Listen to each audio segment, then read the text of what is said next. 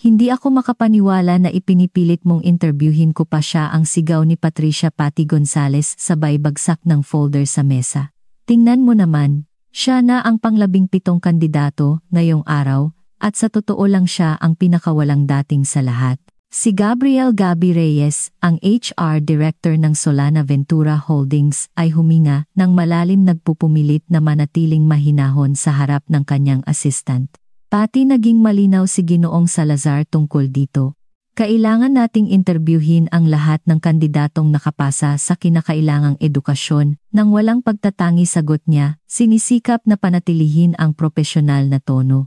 At ayon sa kanyang resume, may double degree siya sa business management at finance na may pinakamataas na karangalan. Pero may limitasyon ang lahat, Gabby, giit ni Patty. Nilakasan pa ang bulong at palihim na itinuro ang bahagyang nakabukas na pinto ng receiving area.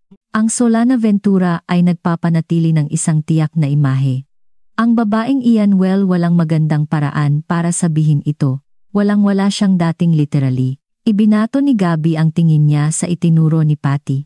Sa receiving area nakaupo ng tuwid at nakatiklop ang mga kamay sa kandungan, naghihintay ang isang dalagang tinatayang nasa 26 ang edad. Ang kanyang mukha ay may kapansine-pansing asymmetry. Ang mga peklat sa kanyang kaliwang pisngi ay bahagyang bumaluktot sa kanyang mga tampok. Isang malaking dark mole ang nakakalat sa kanyang noo at ang kanyang mapurol at walang hugis na buhok ay tila hindi pa nakakita ng stylist. Ang makakapal at lumang istilong salamin ay nagkumpleto sa kanyang hitsura na lubos na naiiba sa elegante at modernong gusali ng korporasyon sa Makati CBD. Ang pangalan niya ay Carmela Mela Ramos, sabi ni Gabby muling sinulyapan ang resume. Bukod sa double degree, matatas siya sa 4 na wika at may karanasan sa international consulting. Naku Gabby, singhal ni Patty. Alam mong hindi na mahalaga iyon. Walang kliyente ang gugustuhing makipag-ugnayan sa kanya. Naghahanap ang Solana Ventura ng executive assistant na magre-reflect sa imahe ng kumpanya na sasama sa presidente sa mahahalagang meeting business dinner. Isipin mo ang impresyon na ibibigay niya. Nagsimulang mawalan ng pasensya si Gabby. Si Patty ay inupahan ng nakaraang HR Director at bagamat siya ay epektibo, ang kanyang pagiging mababaw at mga pagtatangi ay madalas na nakaiinis kay Gabby. I-interviewin ko siya, matatag na deklara niya, at gagawin ko ito ng walang pagtatangi. Kung may kakayahan siya para sa posisyon, irerekomenda ko siya kay Ginoong Salazar. Period. Bahala ka, sagot ni Patty tumayo ng may malinaw na pagkadismaya. Pero kapag nakita siya ni Alejandro Salazar at tinanong kung paano namin siya hinayaang makarating sa prosesong ito, sasabihin ko sa kanya kung sino ang nagpumilit na baliwalain ang maliwanag. Hindi pinansin ni Gabby ang sinabi ni Patty at nagtungo sa receiving area. Ganap na binuksan ang pinto, napansin niya kung paano bahagyang naging tensyonado si Mela Ramos, malinaw na sanay na sa negatibong reaksyon sa kanyang hitsura. Binibining Ramos, ako si Gabriel Reyes, ang HR Director. Tuloy po kayo, bati niya sa kanya ng profesional. Iniaabot ang kanyang kamay. Tumayo si Mela nang may nakakagulat na tikas at mahigpit na kinamayan siya. Ang kanyang hawak ay tiwala, ang tingin ay direkta sa kabila ng kapansine-pansing pagkailang. Salamat po sa pagtanggap sa akin, Ginoong Reyes, tugon niya sa isang malambing at edukadong boses na naiba sa kanyang hitsura. Lubos ko pong pinahahalagahan ang pagkakataong ito. Inihatid siya ni Gabby sa kanyang opisina, ramdam ang mga mapanuring tingin ng ibang empleyado sa koridor. Bahagyang pigil na bulong ang sumabay sa kanila hanggang sa isara niya ang pinto. Maupo po kayo, itinuro niya ang silya sa tapat ng mesa. Nasuri ko ang inyong resume at talagang kahanga-hanga ito. Magkwento pa po kayo tungkol sa inyong karanasan sa GL Global Consulting. Huminga ng malalim si Mela bago sumagot. Malinaw na sanay siyang patunayan ang kanyang halaga lampas sa unang impresyon. Nagtrabaho po ako sa GL Global Consult sa loob ng 3 taon bilang financial analyst, simula niya ng may perpektong artikulasyon. Nakasama ako sa mga international project para sa mga kliyente sa Europa at Asia na nagbigay sa akin ng pagkakataon na mapaunlad, hindi lamang ang mga technical skill kundi pati na rin ang kakayahang umangkop sa iba't ibang kultura. Habang tumatagal ang interview lalong humanga si Gabby, hindi lamang matalino at tumpak sumagot si Mela, nagpakita rin siya ng malalim na pag-unawa sa negosyo at pambihirang kakayahan sa analysis. Siya walang duda ang pinakakwalipikadong kandidato sa lahat ng kanyang in-interview sa araw na iyon. Nang patapos na sila, hindi na iwasan ni Gabby ang tanong na nakabitin, "Sa hangin Mela, kailangan kong maging prangka." Ang posisyon ng executive assistant sa presidente ay nagsasangkot ng mataas na visibility. Ang mapipili ay sasama kay Ginoong Salazar sa mga client meeting, social event at mga biyahe. Ano po ang pananaw ninyo sa aspetong ito ng trabaho? Isang anino ng pagtalima ang dumaan sa mukha ni Mela, ngunit agad itong napalitan ng isang kalmadong ekspresyon. "Ginoong Reyes, pinahahalagahan ko po ang inyong pagiging prangka. Ako simula niya ng may dignidad na buhay po ako sa aking hitsura sa buong buhay ko. Ipinanganak po akong may facial anomaly na lumala pagkatapos ng aksidente noong teenager ako. Natutunan ko po na ang halaga ko ay wala sa aking mukha kundi sa aking isip at sa aking trabaho.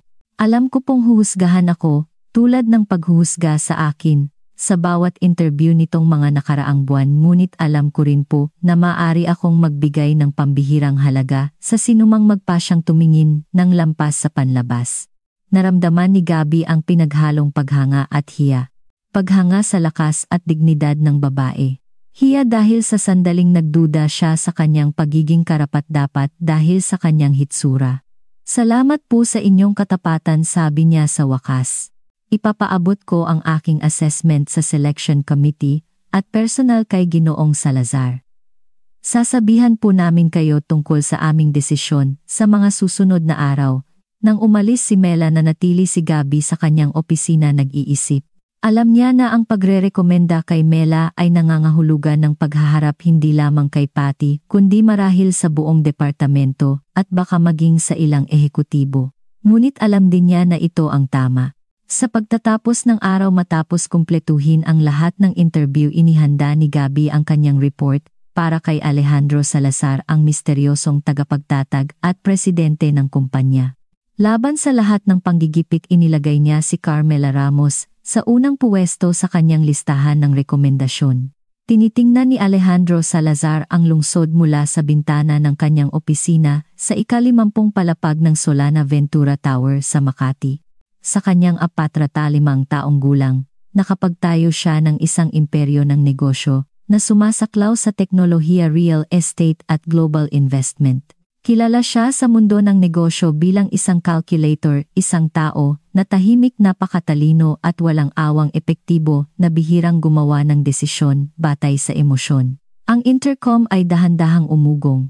"Ginoong Salazar, si Gabriel Reyes po narito na may resulta ng selection," anunsyo ng kanyang sekretarya, si Cynthia.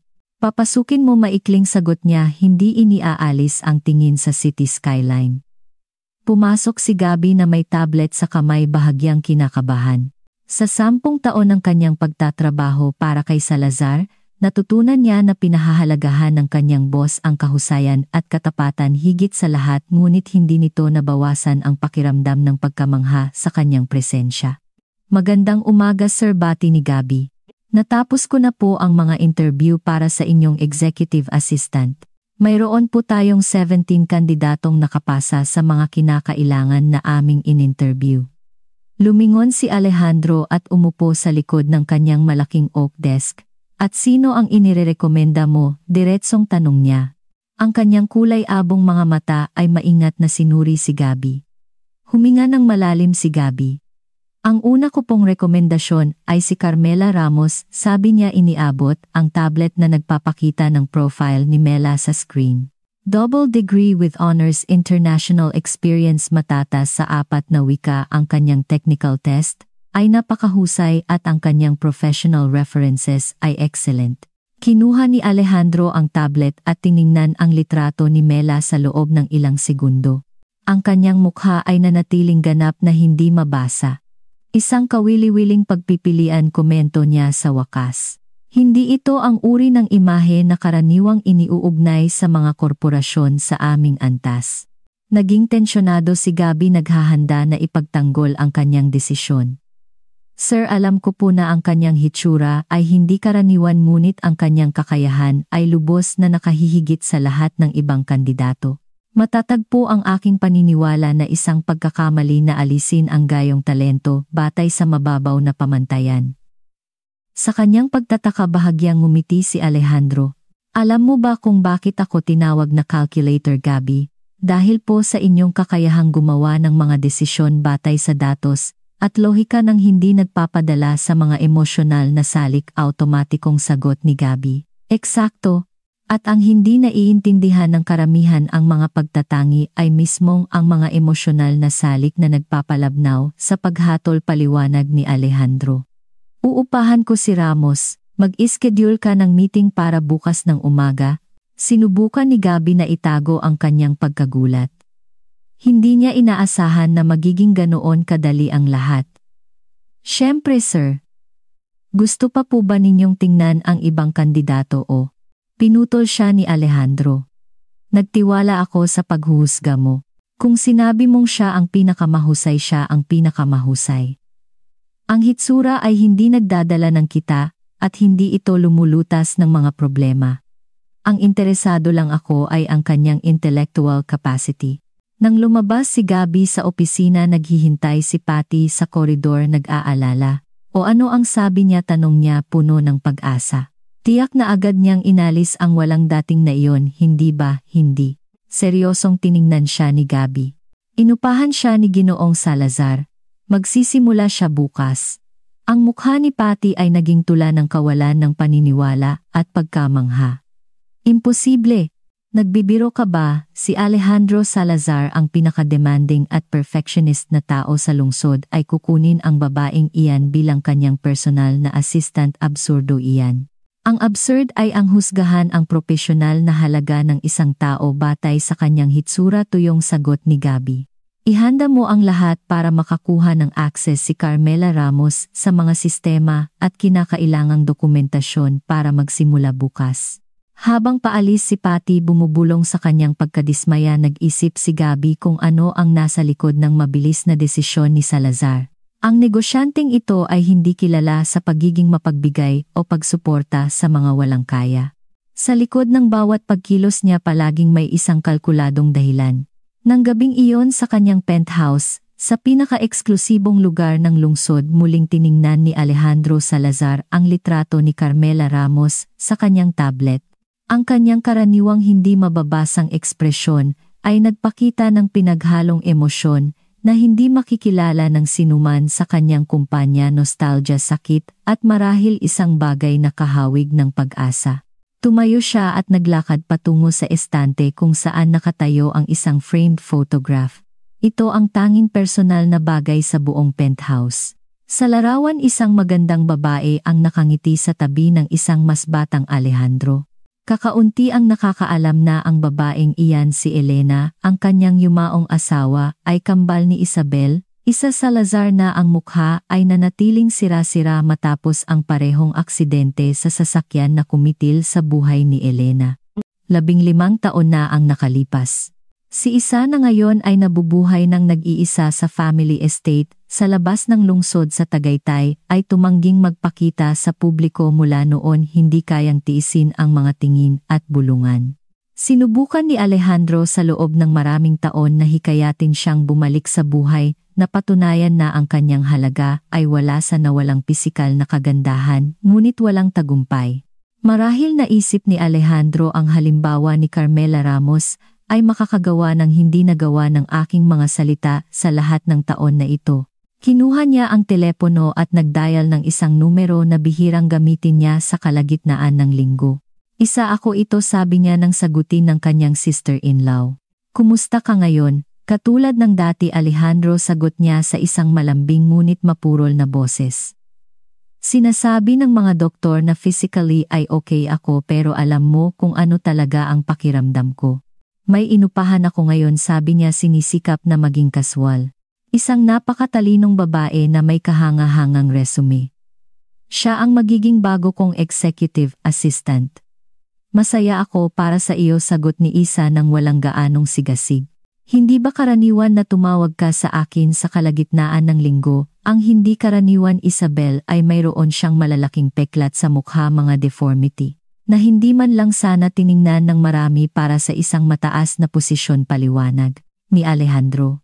At gayunpaman ang kanyang talino at kakayahan ay naglalagay sa kanya ng mas mataas kaysa sa lahat ng iba pang kandidato. Nagkaroon ng katahimikan sa kabilang linya. Sa wakas nagsalita si Isa. Bakit mo ito sinasabi sa akin, Alejandro? Ano ang gusto mong mangyari? Wala namang espesyal, Isa. Naisip ko lang na magiging kawili-wili sa iyo na malaman na may mga taong hindi hinahayaang tukuyin ng kanilang mga peklat kung sino sila at kung ano ang maaari nilang makamit. Sinundan ito ng mas mahabang paghinto. Kailangan ko nang umalis, sabi ni Isa sa wakas. Tinatawag na ako ni Manang Celia para maghapunan. Sige, sagot ni Alejandro. Magandang gabi, Isabel. Ibinaba ang telepono. Nagpatuloy si Alejandro sa pagtingin sa larawan ng kanyang asawa at sister-in-law noong pareho silang nagniningning sa kabataan at kagandahan. 2 patak ng tubig, 2 ganap na magkaibang kapalaran.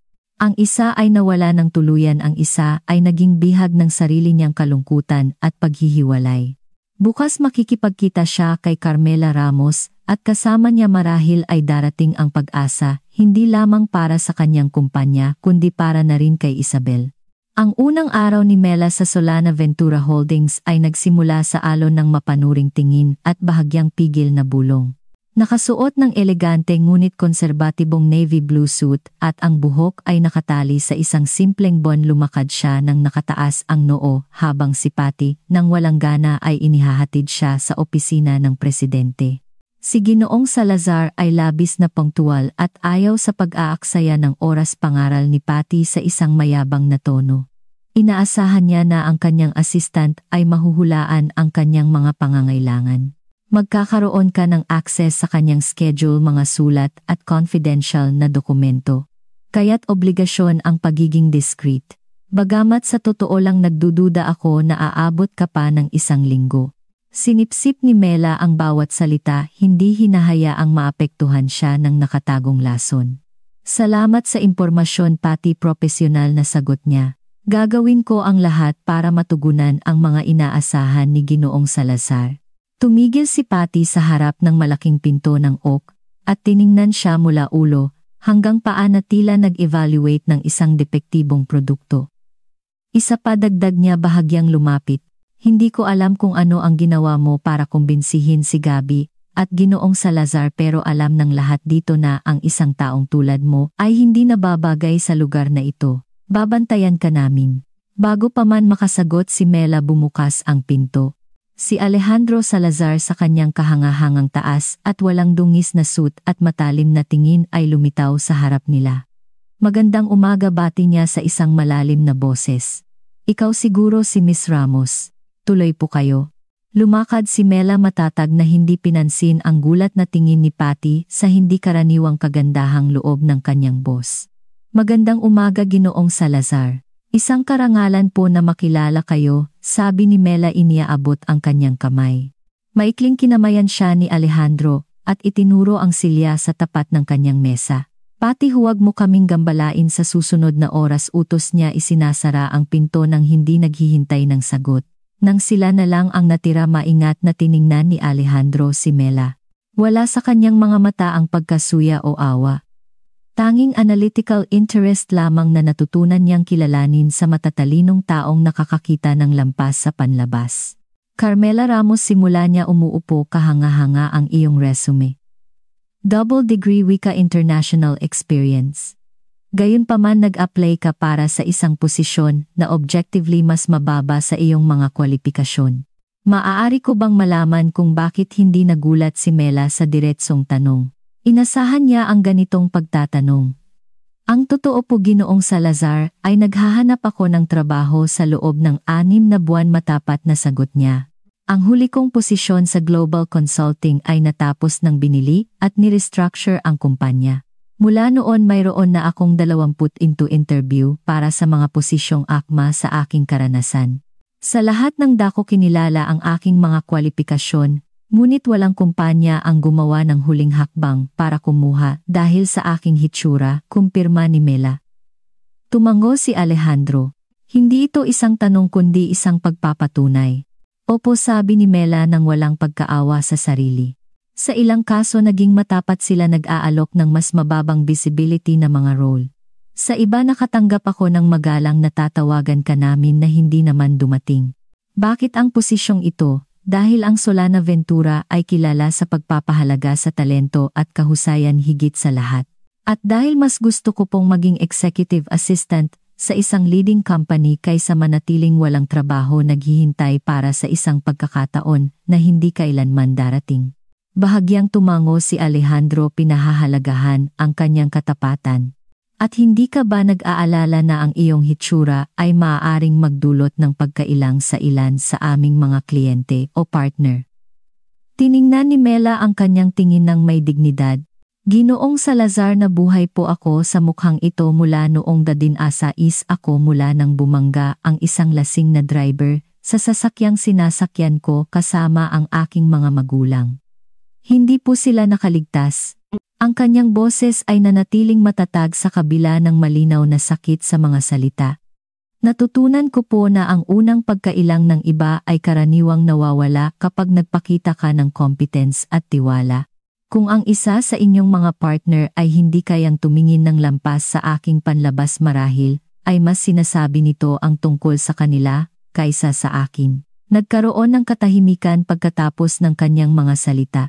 Tiningnan siya ni Alejandro ng may hindi mababasang ekspresyon. Sa wakas nagsalita siya. Ang asawa ko ay namatay sa isang aksidente sa sasakyan, 15 taon na ang nakalipas, sabi niya, nang may bahagyang panginginig sa boses na gulat sa sarili niya, na nagbabahagi ng isang bagay na napaka-personal. Ang kanyang kambal na kapatid ay nakaligtas, ngunit nagtamo ng malalaking peklat katulad ng sa iyo. Nanatiling tahimik si Mela, na unawaan na hindi ito isang casual na komento kundi isang pagbubunyag. Ang aking sister-in-law si Isabel ay isang propesor sa literatura sa universidad, patuloy ni Alejandro. Napakatalino, lubos na mahilig sa kanyang trabaho. Pagkatapos ng aksidente iniwan niya ang lahat, nagkulong sa aming bahay ng pamilya at 17 taon na siyang umiiwas sa labas ng mundo. Ikinalulungkot ko po, taos pusong sagot ni Mela. Ang mawalan hindi lamang ng asawa kundi sa isang paraan ng sister-in-law din. Napakalaki po sigurong pinsala. Tiningnan siya ni Alejandro ng may bagong interes na tila kinumpirma lang niya ang isang bagay na mahalaga. Ganoon na pag-amin niya. Maging prangka ako, Miss Ramos, ang iyong mga kwalifikasyon ay pambihira at iyon ang pangunahing dahilan kung bakit ka narito. Ngunit mayroon din akong personal na motibasyon. Gusto ko sanang makilala ni Isabel ang isang taong naharap sa katulad na sitwasyon ngunit pumili ng ibang landas. Tahimik na pinag-isipan ni Mela ang impormasyong ito. Sa unang pagkakataon ang isang employer ay naging napakadirekta tungkol sa kanyang mga dahilan sa pagkuha sa kanya, lalo na ang mga personal na dahilan. Naiintindihan ko po, sabi niya sa wakas. Nangangahulugan po ba ito na ang aking pagkakatalaga ay may dagdag na kondisyon, bukod pa sa mga propesyonal na responsibilidad? Hindi po matatag na sagot ni Alejandro. Ang iyong trabaho rito ay nakasisiguro anuman ang ibang salik. Ang inaalok ko ay ganap na hiwalay at siyempre voluntaryo. Ganap ko pong maiintindihan kung mas gusto mong panatilihing hiwalay ang propesyonal at personal na buhay. Nag-isip si Mela sandali. Salamat po sa inyong katapatan, Ginoong Salazar. Hindi ko po maipapangako na ang aking karanasan ay magiging kapaki-pakinabang sa inyong sister-in-law, maingat na sabi niya. Ang bawat isa po ay nagpoproseso ng trauma sa kanilang sariling paraan, ngunit kung naniniwala po kayo na ang pakikipag-usap sa kanya ay makakatulong, handa po akong subukan. Tumango si Alejandro, malinaw na nasiyahan. Mahusay. Ngayon lumipat tayo sa mga praktikal na issue, sabi niya, binago ang tono sa purong negosyo. Sa linggong ito mayroon tayong presentation ng Nexus Project para sa mga European investor. Kailangan kong pag-aralan mo ang lahat ng detalye bago mag-Miyerkules. Sa loob ng susunod na oras ipinakilala ni Alejandro si Mela sa kanyang mga responsibilidad humanga sa bilis niyang sumipsip ng komplikadong impormasyon at sa kanyang tumpak at matatalinong tanong. Sa pagtatapos ng meeting tiyak siya na tama ang kanyang desisyon sa propesyonal na pananaw. Nang lumabas si Mela sa opisina ng presidente, sinalubong siya ng isang hindi opisyal na reception committee. Si Patty at ilang empleyado na nagkukunwaring abala sa koridor.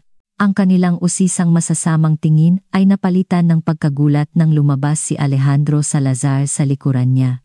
Patty, tiyakin mo na makakakuha si Miss Ramos ng access sa lahat ng file ng Nexus Project, utos niya, at iskidul ang dinner kasama ang mga German investor para sa Huwebes. Sasamahan ako ni Miss Ramos. Ang bahagyang pigil na bulungan ay lumakas. Alam na bihirang isama ni Alejandro ang kanyang mga assistant sa mga business dinner, mas gusto niyang siya mismo ang makipagnegosasyon. Siyempre po sir, sagot ni Patty nagbigay ng tingin kay Mela na puno ng matinding kawalan ng paniniwala. Habang bumabalik si Alejandro sa kanyang opisina, nagtungo si Mela sa desk na itinalaga sa kanya, sinasadya niyang balewalain ang mga tingin at bulungan. Hindi ito ang unang pagkakataon na naharap siya sa ganitong atensyon at pagkagulat, at alam niya na hindi rin ito ang huli. Ngunit hindi niya alam na kakapasok lang niya sa isang laro na mas komplikado kaysa sa inakala niya, kung saan ang kanyang katatagan sa harap ng kahirapan ay maaaring magpabago hindi lamang ng kanyang kapalaran kundi pati na rin ng kapalaran ng isa pang babae. Isang babae na nawalan ng lahat ng pag-asa 15 taon na ang nakalipas. Ang mga unang linggo ni Mela sa Solana Ventura Holdings ay naging pagsubok sa kanyang katatagan. Bagamat tinrato siya ni Alejandro Salazar ng may propesyonal na paggalang at hayagang pinahahalagahan ang kanyang mga kontribusyon, ang natitirang bahagi ng kumpanya ay nahati. Ang ilan ay hayagang umiiwas sa kanya, ang iba ay nanonood ng may hindi malusog na pag-uusisa. Ginawa ni Patty ang kanyang personal na misyon na gawing komplikado ang buhay ni Mela. Ang pang-araw-araw na maliliit na pagpapahiya, ang pagkalimutang isama siya sa mahahalagang email, ang pag-i-schedule ng mga meeting, nang walang abiso ang pagpapakalat ng mga tsismis tungkol sa posisyon na allegedly nakuha sa pamamagitan ng mga pabor ay naging pang-araw-araw na gawain. Gayunpaman, nanatiling matatag si Mela. Ang kanyang kahusayan at analytical skill ay naging malinaw kaagad, lalo na nang ganap niyang i-revise ang presentation ng Nexus Project. Tinutukoy ang mga panganib na hindi napansin ng sinuman at nag-aalok ng mga makabagong solusyon. Ang dinner kasama ang mga German investor na nagdulot ng napakaraming masasamang komento ay naging ganap na tagumpay. Sa halip na mahiya sa presensya ni Mela, ang mga ehekutibong Europeo ay humanga sa kanyang walang dungis na German at sa kanyang malalim na kaalaman sa financial market ng Frankfurt. Mayroon kang pambihirang assistant Salazar, sabi ni Klaus Bauer, ang pinuno ng delegasyong Aleman, habang nagpapaalam. Ang kanyang analysis sa mga tax projection para sa susunod na quarter ay mas tumpak kaysa sa aming mga analyst. Alam ko, sagot ni Alejandro nang may bahagyang ngiti, kaya ko siya inupahan. Nang gabing iyon, habang bumabalik sila sa corporate limousine, binali ni Alejandro ang katahimikan. Nalampasan mo ang aking mga inaasahan, Carmela. Kakaunting ehekutibo na may dekada ng karanasan ang makakahawak sa meeting na iyon tulad ng ginawa mo. Salamat po, Ginoong Salazar, profesional na sagot niya, bagamat nakaramdam siya ng malalim na kasiyahan sa loob. Ginawa ko lang po ang trabaho ko. Sa palagay ko oras na para gawin ang susunod na hakbang, patuloy niya. Handa ka na bang makipagkita kay Isabel ngayong weekend? Kinausap ko siya tungkol sa iyo, at bagamat nag-aatubili siya noong una, sa huli ay pumayag siya sa isang maikling meeting. Naramdaman ni Mela ang pinaghalong pagkabalisa at responsibilidad. Sa loob ng mga linggong ito, mas marami pa siyang naikuwento tungkol kay Isabel. Ang kanyang napakatalinong akademikong karera, ang kanyang pagkahilig sa medieval literature, ang kumpletong paghihiwalay pagkatapos ng aksidente. Siyempre po, sagot niya sa wakas. Paano po ninyo iminumungkahi na lapitan ang meeting na ito? Natural, sabi ni Alejandro. Si Isabel ay napakamatalino at makikilala ang anumang pagkukunwari o script. Iminumungkahi ko na maging sarili mo lang. Nang sumunod na Sabado kinuha ng driver ni Alejandro si Mela mula sa kanyang simpleng apartment upang ihatid siya sa Salazar Mansion sa mga burol ng Tagaytay. Sa daan inulit ni Mela sa kanyang isip ang lahat ng alam niya tungkol kay Isabel. 52 taong gulang dating propesor ng medieval literature balo mula noong bata pa, walang anak, 20 taon ng voluntaryong paghihiwalay, matapos mawala, hindi lamang ang kanyang dating hitsura, kundi pati na rin ang kanyang kambal na kapatid. Ang Salazar Mansion ay isang kahangahangang istruktura sa istilong neoclassical na papaligiran ng malalawak na garden. Sa pasukan sinalubong si Mela ng isang matandang babae na may mabait na mukha na nagpakilala bilang Manang Celia ang housekeeper na nag-alaga kay Isabel sa loob ng mahigit 20 taon. Si Ginoong Salazar po ay naghihintay sa inyo sa library, sabi ni Manang Celia, habang inihahatid si Mela sa eleganteng vestibule na pinalamutian ng antik at mga sining. Bumababa po si Senyora Isabel sa loob ng ilang minuto. Babalaan ko po kayo, ito ang unang pagkakataon sa loob ng maraming taon na pumayag siyang makipagkita sa isang bago. Maging mapagpasensya po sana kayo sa kanya. Tumayo si Alejandro mula sa kanyang leather armchair nang pumasok si Mela sa library, isang hangang 2-level room na may mga istante hanggang sa kisame. Carmela, salamat sa pagpunta mo, bati niya kinamayan siya. Si Isabel ay naghahanda ng morally. Malaking hakbang ito para sa kanya. Naiintindihan ko po, sagot ni Mela. Hindi po ako nagmamadali. Habang naghihintay sila, ipinakita sa kanya ni Alejandro ang koleksyon ng mga lumang libro na tinipon ni Isabel, bago ang aksidente, mga unang edisyon ng mga klasiko medieval manuscript, mga bihirang academic text. Malinaw na si Isabel ay isang babae ng pambihirang kultura at interes. Isang bahagyang tunog ng pagbukas ng pinto ang pumutol sa kanila. Dahan-dahang lumingon si Mela at nakita ang isang babae na nasa middle age na nakatayo sa bukana. Si Isabel Salazar ay nakasuot ng isang eleganteng navy blue dress at isang silk scarf na maayos na nakatakip sa isang bahagi ng kanyang mukha.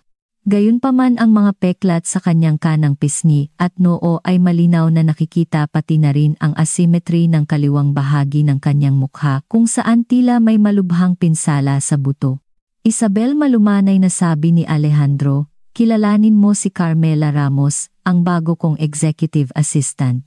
Lumapit si Mela, pinanatili ang isang magalang na distansya. Isang malaking kasiyahan po na makilala kayo, Ginang Salazar, bati niya, nang may taos-pusong ngiti iniaabot ang kanyang kamay.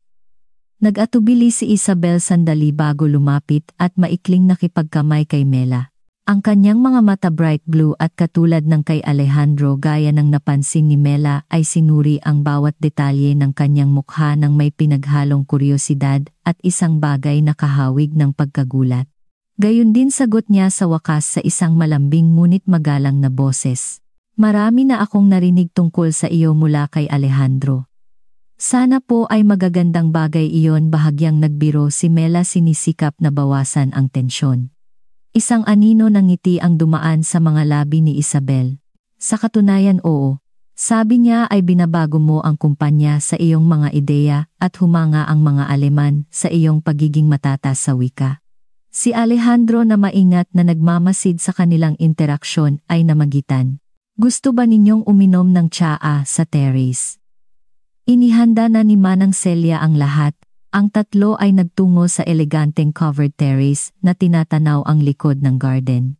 Sa unang kalahating oras ang usapan ay nanatili sa mga ligtas na paksa ang panahon, ang mga garden, mga hindi nakakapinsalang anekdote tungkol sa Solana Ventura. Napansin ni Mela na sa kabila ng paghihiwalay, si Isabel ay may matalas na sense of humor at malinaw na napakatalinong isip. Si Isabel ang unang nagdala sa paksang nakabitin sa pagitan nila. Kaya Carmela, sabi niya, habang naghahain si Manang Celia ng tsaa. Sinabi sa akin ni Alejandro ang tungkol sa iyong aksidente. Mukhang mayroon tayong karaniwan. Kalmadong tumango si Mela. Opo, bumangga ang isang lasing na driver sa sasakyang sinasakyan ko kasama ang aking mga magulang noong dalyamais ako. Namatay sila agad. Ako ay nakaligtas ngunit may mga kahihinatnan na ito itinuro niya ang kanyang mukha ng walang labis na drama. 3 buwan sa ospital o sang operasyon para ma-reconstruct, tiningnan siya ni Isabel ng may matinding atensyon. At paano simula niya ngunit tumigil na tila hindi alam kung paano itatanong ang tanong. Paano ako nag-cope malumanay na tanong ni Mela. Hindi ako lubusang nag-cope natutunan ko lang na mabuhay kasama nito. Ano ang ibig mong sabihin tanong ni Isabel bahagyang lumapit. Pinag-isipan ni Mela ang sagot na batid ang kahalagahan ng kanyang mga salita. Sa unang mga taon tulad mo isinara ko ang sarili ko, sa mundo nagtago tumanggi sa mga imbitasyon na walan ng mga kaibigan. Naramdaman ko na parang pinagtaksilan ako ng buhay taos pusong inamin niya. Nawalan ako hindi lamang ng mga magulang kundi pati na rin ng dati kong pagkatao kung sino ako. Bahagyang napahinga si Isabel na tila nakilala ang kanyang sarili sa mga salitang iyon. Ano ang nagbago? Tanong niya halos pabulong. Nakilala ko si Elena, isang psychologist sa ospital sagot ni Mela. Tinulungan niya akong maunawaan ang isang bagay na mahalaga. Ang mukha ko ay nagbago ngunit ako ay nanatili. Ang aking mga iniisip damdamin pangarap kakayahan lahat ng talagang mahalaga ay nanatili sa akin. Nagbigay siya ng isang exercise. Araw-araw kailangan kong isulat ang isang bagay na mahalaga na maialay ko sa mundo na hindi konektado sa aking hitsura. Tahimik na nakinig si Alejandro, nauunawaan na naroroon siya sa isang mahalagang sandali. Sa simula mahirap patuloy ni Mela unti-unting lumaki ang listahan. Ang kakayahan ko sa math ang kadalian sa pag-aaral ng wika, ang photographic memory ang empathy. Naintindihan ko na mayroon akong maibibigay. At ang tanggihan ang mundo dahil sa takot na ma-reject ay sa isang paraan makasarili.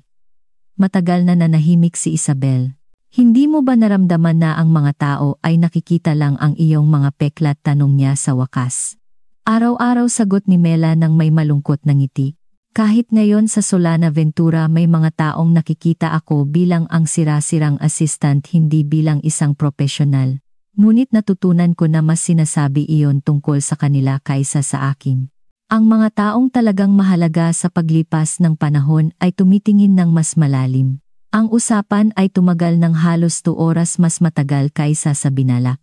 Si Isabel ay unti-unting nagbukas, nagbabahagi ng mga piraso ng kanyang karanasan ng kanyang takot ng sakit sa pagkawala ng kanyang kapatid. Na si Elena ng kahihiyan sa hindi niya pagkilos sa harap ng mundo, gayong ang iba na may mas masahol na sitwasyon ay ginagawa ito araw-araw.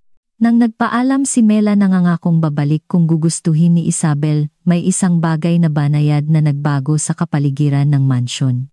Hindi ito isang radikal na pagbabago o isang kumpletong transformation, ngunit isang maliit na bitak ang lumitaw sa pader na itinayo ni Isabel sa paligid niya sa loob ng 15 taon. Sa sasakyan pauwi binali ni Alejandro ang katahimikan. Salamat sabi niya. Hindi ko pa nakita si Isabel na nagsasalita ng ganoon karami sa sinuman simula noong aksidente. Mayroon siyang napakatalinong isip sabi ni Mela, at marami pa siyang maiaalay. Alam ko sagot ni Alejandro nang may bahid ng kalungkutan. Palagi kong alam. Nang sumunod na araw linggo ng gabi, nakatanggap si Mela ng hindi inaasahang tawag mula kay Manang Celia ang housekeeper. Miss Ramos paumanhin po sa istorbo simula ng matanda. Pinatatawag po ako ni Senyora Isabel. Gusto po niyang malaman kung maaari mo siyang bisitahin ulit sa susunod na weekend. May mga medieval manuscript po na gusto niyang ipakita sa inyo. Ngumiti si Mela nararamdaman na may isang bagay na mahalaga ang nagsisimula. Siyempre Manang Celia, sabihin mo sa kanya na ikalulugod ko. Noong Lunes bahagyang nagbago ang kapaligiran sa Solana Ventura Holdings. Ang mga chismis tungkol sa koneksyon sa pagitan ni Mela at Alejandro Salazar ay nagbago. Ngayon hindi na tungkol sa hindi nararapat na favoritism kundi tungkol sa isang misteryosong personal na koneksyon. Ang katotohanan na ginugol ni Mela ang weekend sa maalamat na Salazar Mansion kung saan halos walang sinuman, ang may access ay nagpaalab sa mga haka-haka. Si Patty lalo na ay tila mas masama kaysa kailanman. Sa morning executive meeting sinamantala ang sandaling wala si Alejandro lumapit siya kay Mela. Kita ko nakakita ka ng isang hindi karaniwang paraan upang umangat bulong niya ng may lason. Una, nakuha mo ang boss sa iyong sub-story tungkol sa pag-aahon at ngayon nasa bahay ka niya bawat weekend. Napakatalino, patuloy ni Patty. Tiningnan siya ni Mela ng diretsyo, hindi nagpadala sa pang-iinis. Ang relasyon ko kay Ginoong Salazar ay mahigpit na profesional, Patty, kalmadong sagot niya, at ang lahat ng nangyayari sa labas ng opisina ay isang personal na bagay na hindi ko kailangang ipaliwanag. Pumapanghamak na singhal ni Patty. Walang naniniwala na humanga talaga si Salazar sa trabaho mo. Dapat may iba pa. Isang lever siguro, awa. Magandang umaga sa inyong lahat. Biglang pinutol ni Alejandro ang kanyang mga salita. Ang kanyang ekspresyon ay nanatiling neutral, ngunit ang kanyang mga mata ay nagbigay ng hudyat na sapat na ang kanyang narinig. Patty, kailangan ko ng mga report ng Nexus Project sa opisina ko, ngayon. Kitang-kita na namutla si Patty, tumango at mabilis na umalis. Ang meeting ay nagpatuloy ng normal, bagamat napansin ni Mela na si Alejandro ay mas tahimik at seryoso kaysa karaniwan. Nang paalis na ang lahat, tinawag niya ito, Carmela, kailangan kitang makausap ng pribado. Nang sila na lang ang natira, dumiretso si Alejandro sa punto. Patawad sa pag-uugali ni Patty. Sa kasamaang palad, kahit ang pinakamahusay na kumpanya ay hindi libre mula sa mga toxic na tao. Huwag po kayong mag-alala, profesional na sagot ni Mela. Sanay po akong harapin ang mga ganitong sitwasyon. Gayunpaman, hindi ito katanggap-tanggap, giit niya. Si Patty ay ililipat sa aming branch sa ibang lalawigan simula bukas. Matagal ko nang napansin ang kanyang pag-uugali at kinumpirma lang ito ng pangyayaring ito sa aking desisyon. Matapos ang isang maikling paghinto, nagbago ng paksa si Alejandro. Tumawag sa akin si Isabel kagabi, sabi niya. Ang kanyang tono ay kapansin-pansing lumambot. Hindi ko siya narinig na ganoon kasigla sa loob ng maraming taon. Sinabi niya na nakita niya ang kanyang mga lumang research notes sa medieval literature at iniisip niyang ipagpatuloy ang kanyang trabaho sa mga iyon. 15 taon ng abandoned academic career. At ngayon, pagkatapos ng isang conversation sa iyo, ikinokonsidera niya ang pagbabalik. Naramdaman ni Mela ang pinaghalong kagalakan at responsibilidad. Masaya po akong marinig iyan, bagamat hindi po ako sigurado na marami akong nagawa. Tinitiyak ko sa iyo marami kang nagawa, matatag na sabi ni Alejandro. May isa pa akong bagay na kailangan kong sabihin sa iyo. Marahil ay dapat ko itong nabanggit noon, ngunit hindi ko alam kung paano ito lapitan. Ang kaseryosohan sa kanyang boses ay nagpa-alerto kay Mela. Ano po iyon? Tumayo si Alejandro at naglakad patungo sa bintana, tumalikod sandali. Nang mamatay ang asawa ko, si Elena, sa aksidenteng iyon, nawalan ako hindi lamang ng kasama sa buhay kundi pati na rin ng business partner simula niya. Kakaunti ang nakakaalam, ngunit si Elena ay co-founder ng Solana Ventura Holdings. Ang kumpanyang ito ay ipinanganak mula sa aming ibinahaging vision. Napakatalino niya na may business acumen na perpektong umakma sa aking technical approach. Nakikinig si Mela ng maingat, nagsisimulang maunawaan na mayroong higit pa sa kwentong ito kaysa sa inakala niya. Si Isabel at Elena ay magkaparehong kambal, ngunit ang kanilang mga personalidad ay lubos na magkaiba, patuloy ni Alejandro. Si Elena ay isang extrovert, passionate tungkol sa negosyo, samantalang si Isabel ay mahinahon nakatuon sa academic world. Gayunpaman, pareho silang may pambihirang talino at analytical skill. Lumingon siya at tumingin ng diretsyo kay Mela. Pagkatapos ng aksidente, habang nagpapagaling si Isabel, physically nagsimula akong mapansin ang isang bagay na nakakagulat.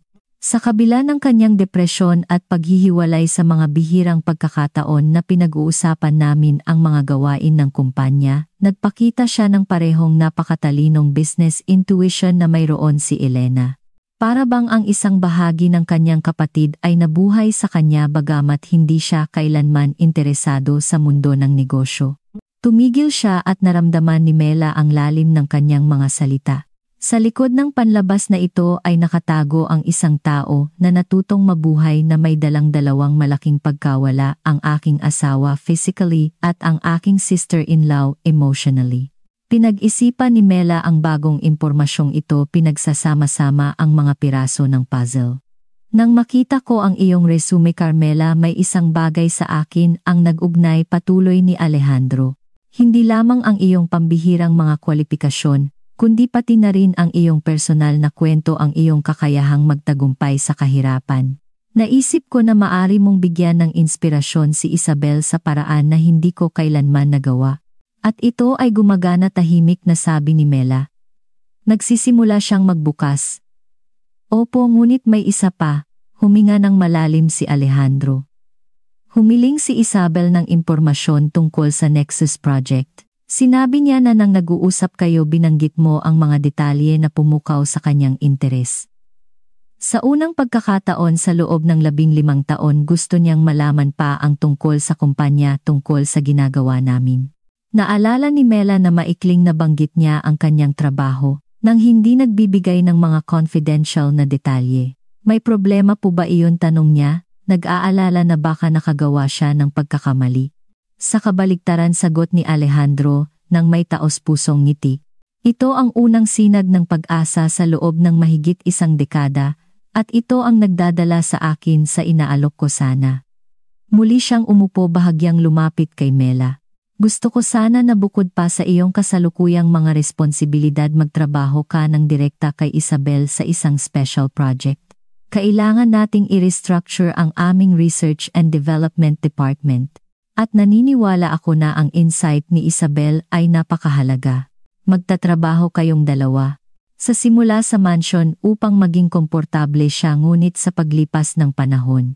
Sa paglipas ng panahon, umaasa ka na unti-unti siyang babalik sa mundo. Pagtatapos ni Mela, nauunawaan ang kanyang diskarte.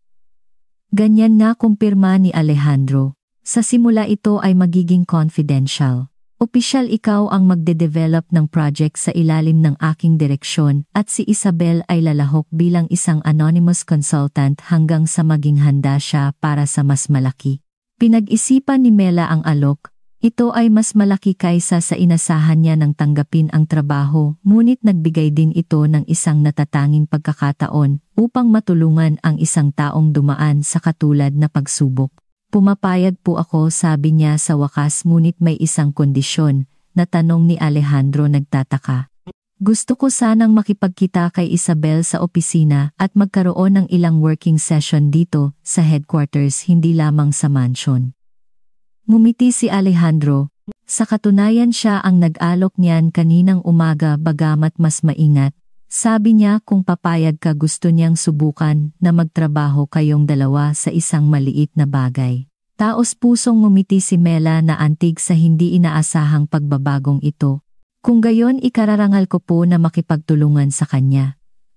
Nang hapong iyon, habang inaayos niya ang mga dokumento para sa susunod na pagbisita sa Salazar Mansion, lumapit si Gabby Reyes sa kanyang desk.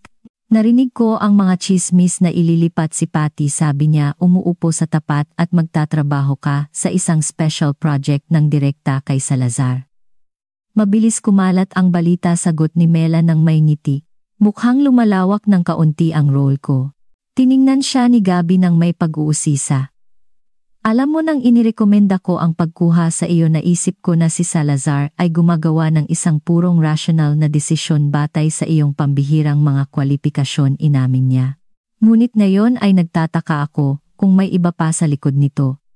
Hindi ko pa siya nakita na nagtitiwala ng ganoon kabilis sa isang baguhan. Pinag-isipan ni Mela kung gaano karami ang maari niyang sabihin nang hindi sinisira ang tiwala ni Alejandro. Sabihin na lang natin na mayroon kaming magkatulad na pananaw ni Ginoong Salazar tungkol sa halaga ng mga tao, lampas sa panlabas diplomatikong sagot niya. Tumango si Gabby, na uunawaan na walang karagdagang detalye. Gayunpaman, masaya ako para sa iyo. Karapat-dapat ka sa pagkakataong ito sa pamamagitan ng iyong trabaho, sa kabila ng lahat ng balakid, taos-pusong sabi niya, mag-ingat ka lang. Si Alejandro Salazar ay maaaring mukhang malamig at kalkulado, ngunit ang mga matagal na siyang kilala ay nauunawaan na sa ilalim ng maskarang iyon ay nakatago ang isang taong malalim na nasugatan ng sakit. Hindi siya ang una na naghahanap ng pagtubos sa pamamagitan ng mabubuting gawa. Pinag-isipan ni Mela ang mga salitang iyon habang umaalis si Gabby. Sa katunayan mayroong higit pa kay Alejandro Salazar kaysa sa ipinahihiwatig ng kanyang public reputation. Ngunit nakita rin niya sa kanya ang isang taos-pusong pag-aalala para kay Isabel, isang tunay na pagnanais na tulungan siyang bawiin ang kanyang buhay. Ang hindi inaasahan ni Mela ay kung paano babaguhin ng bagong project na ito hindi lamang ang buhay ni Isabel kundi pati na rin ang kanyang sarili. At kung paano ang mga lihim ng nakaraan ng pamilya Salazar ay sa huli ay lalabas nagbubunyag ng mga katotohanan na walang sinuman ang inaasahan. Sa sumunod na mga linggo nagkaroon si Mela ng routine hinahati ang oras niya sa pagitan ng headquarters ng Solana Ventura Holdings at ang mansion sa Tagaytay, kung saan nagtrabaho siya kay Isabel sa restructuring project. Ang nagsimula bilang maingat at formal na meeting ay unti-unting naging mas komportable at personal na relasyon. Si Isabel na sa simula ay laging lumalabas na meticulously made up at may mga scarf na strategically nagtatago ng kanyang mga peklat, ay nagsimulang maging mas relaxed sa presensya ni Mela. Sa ikatlong linggo ng kanilang pagtatrabaho binitawan niya ang ilang bahagi ng kanyang armor, naging mas natural at mas hindi nag-aalala tungkol sa pagtatago ng kanyang mukha. Isang Huwebes ng hapon habang sinusuri nila ang mga financial projections sa library ng mansion, huminto si Isabel at tumingin ng diretsyo kay Mela. Maaari ba akong magtanong ng isang personal na tanong niya ng may kaseryosohan na nakakuha ng atensyon ni Mela? Siyempre po sagot niya inilalapag ang kanyang mga papel. Paano ka nag-cope sa mga relasyon? Ang tanong ay halos pabulong. Ang ibig kong sabihin romantic relationship, agad na naintindihan ni Mela ang kahalagahan ng usapang ito marahil isang paksang hindi tinalakay ni Isabel sa sinuman sa loob ng maraming taon. Mahirap sa totoo lang taos-pusong sagot niya.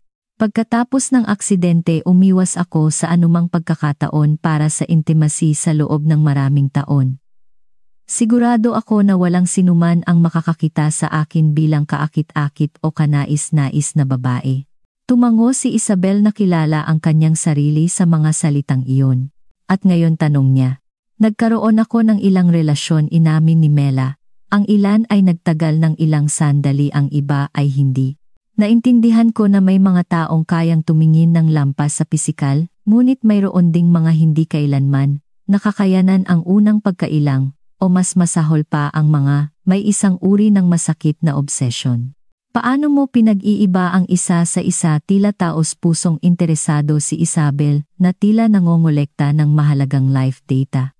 Sa paraan ng pagtingin nila sa akin, kapag iniisip nilang hindi ko napapansin, sagot niya. Mayroong pagkakaiba sa pagitan ng tingin ng isang taong nakakakita ng iyong mga peklat at ng tingin ng isang taong nakakakita sa iyo kasama ang iyong mga peklat bilang isang bahagi mo. Kung sino ka, hindi bilang iyong defining characteristic. Nanahimik si Isabel, sandali sinipsip ang mga salitang ito. Kami ni Elena ay magkapareho, sabi niya sa wakas. Bago ang aksidente palagi kaming napagkakamalan. Siya ay isang extrovert, ako ay isang intellectual, ngunit physically kami ay perpektong refleksyon ng isa't isa. Nakikinig si Mela ng maingat, batid ang pribilehyo na pagtiwalaan ng mga pagbubunyag na ito. Pagkatapos ng aksidente, nang sa wakas ay makatingin ako sa salamin, hindi ko nakilala ang taong tumitingin sa akin, patuloy ni Isabel. Ang kanyang boses ay bahagyang pinigilan ang emosyon.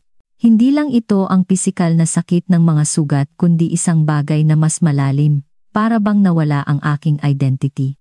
Hindi na ako ang kambal ni Elena, hindi na ako ang bahagi ng kami na kami sa buong buhay namin. Ako ay naging isang distorted reminder ng kung ano kami. Naiintindihan ko po, tahimik na sabi ni Mela. Para bang ninakaw sa iyo hindi lamang ang iyong hitsura kundi pati na rin ang iyong sense of self. Ganyan nga. Tiningnan siya ni Isabel nang may pasasalamat para sa pag-unawa na iyon.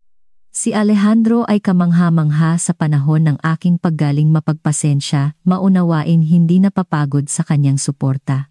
Ngunit kahit siya sa lahat ng kanyang kabaitan, ay hindi talaga maintindihan kung ano ang pakiramdam na mawala hindi lamang ang iyong kapatid kundi pati na rin ang iyong sarili.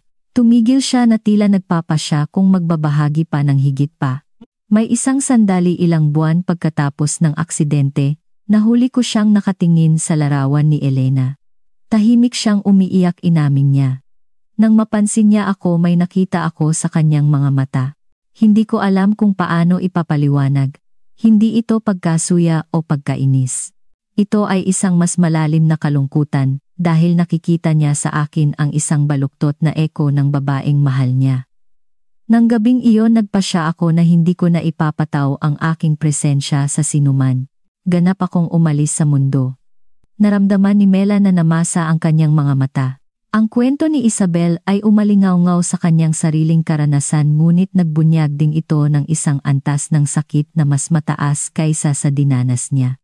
Madalas sabihin ni Elena na nabubuhay kami ng isang buhay sa dalawang katawan, patuloy ni Isabel. Nang mamatay siya naramdaman ko na parang kalahati ko ay namatay din at ang natitirang kalahati ay naging hindi makilala. Paano ka magtatayo ng isang bagong identity mula rito? Sa pamamagitan ng paglikha ng bago, malumanay na sagot ni Mela, hindi batay sa kung sino ka noon o sa relasyon na tumukoy sa iyong buhay, kundi sa kung sino ka ngayon. Tiningnan siya ni Isabel ng may pinaghalong pag-asa at pag-aalinlangan. Sa tingin mo ba talaga ay posible iyon? Pagkatapos ng 15 taon ng paghihiwalay, sa tingin mo ba ay maari lang akong magsimula ulit? Hindi ko sinabi na madali ito, paglilinaw ni Mela. Sabi ko posible ito, at sa tingin ko nagsimula ka na. Ang project na ito, ang ating mga usapan ay mga hakbang patungo doon. Nagkaroon ng nag-iisip na katahimikan sa pagitan nila. Sa wakas kinuha ni Isabel ang mga dokumento na kanilang sinusuri. Ang iyong mga projection para sa sektor ng pharmaceutical ay napakatalino, sabi niya, sinasadya niyang lumipat sa isang mas ligtas na paksa. Si Alejandro ay laging mas conservative sa lugar na iyon. Tinanggap ni Mela ang pagbabago ng paksa, iginagalang ang emotional rhythm ni Isabel. Salamat po. Nagtrabaho ako sa consulting para sa mga kumpanya ng pharmaceutical sa Germany sa loob ng 2 taon. Ang sektor ay malapit ng harapin ang mga pagbabago sa regulatory na magbubukas ng mga bagong pagkakataon. Nagpatuloy sila sa pagtatrabaho ng ilang oras pa, ngunit may isang bagay na banayad na nagbago sa pagitan nila. May lumabas na bagong layer ng tiwala at pag-unawa. Nang gabing iyon, habang aalis na si Mela, inihatid siya ni Isabel sa front door, isang bagay na hindi niya ginawa noon. Salamat sa iyong katapatan ngayon, sabi ni Isabel, at sa hindi mo pag-aalok sa akin ng mga huwad na pag-asa o mga magic solution. Ibinahagi ko lang po ang aking karanasan, sagot ni Mela. Ang bawat landas patungo sa paggaling ay natatangi, nag-iisip ako, nag-atubili si Isabel na tila nangangalap ng lakas ng loob. Marahil ay maari kong bisitahin ang opisina isang araw para lang makita ang project sa totoong context, marahil maaga sa umaga kapag mas kaunti ang tao. Pinigilan ni Mela ang kanyang pagkagulat at kagalakan, sumagot ng natural, syempre. Maaari nating ayusin iyan kapag handa na po kayo. Pauwi na pinag-isipan ni Mela ang usapan. Sa unang pagkakataon naramdaman niya na talagang nagkaroon siya ng epekto sa buhay ni Isabel, hindi bilang bahagi ng isang komplikadong plano ni Alejandro, kundi bilang isang katumbas na may kakayahang mag-alok ng insight mula sa isang ibinahaging karanasan. Sa sumunod na umaga nang dumating siya sa opisina ni Alejandro, nakita niya itong hindi karaniwang masigla. Magandang umaga, Carmela, bati niya, inaalok siya ng isang tasa ng kape. Tumawag sa akin si Isabel kagabi. Sinabi niya na ikinokonsidera niyang bisitahin ang opisina. Opo, nabanggit niya iyan kahapon, kumpirma ni Mela. Sa tingin ko ito ay isang mahalagang hakbang para sa kanya. Ito ay higit pa sa isang hakbang, masigasig na sagot ni Alejandro.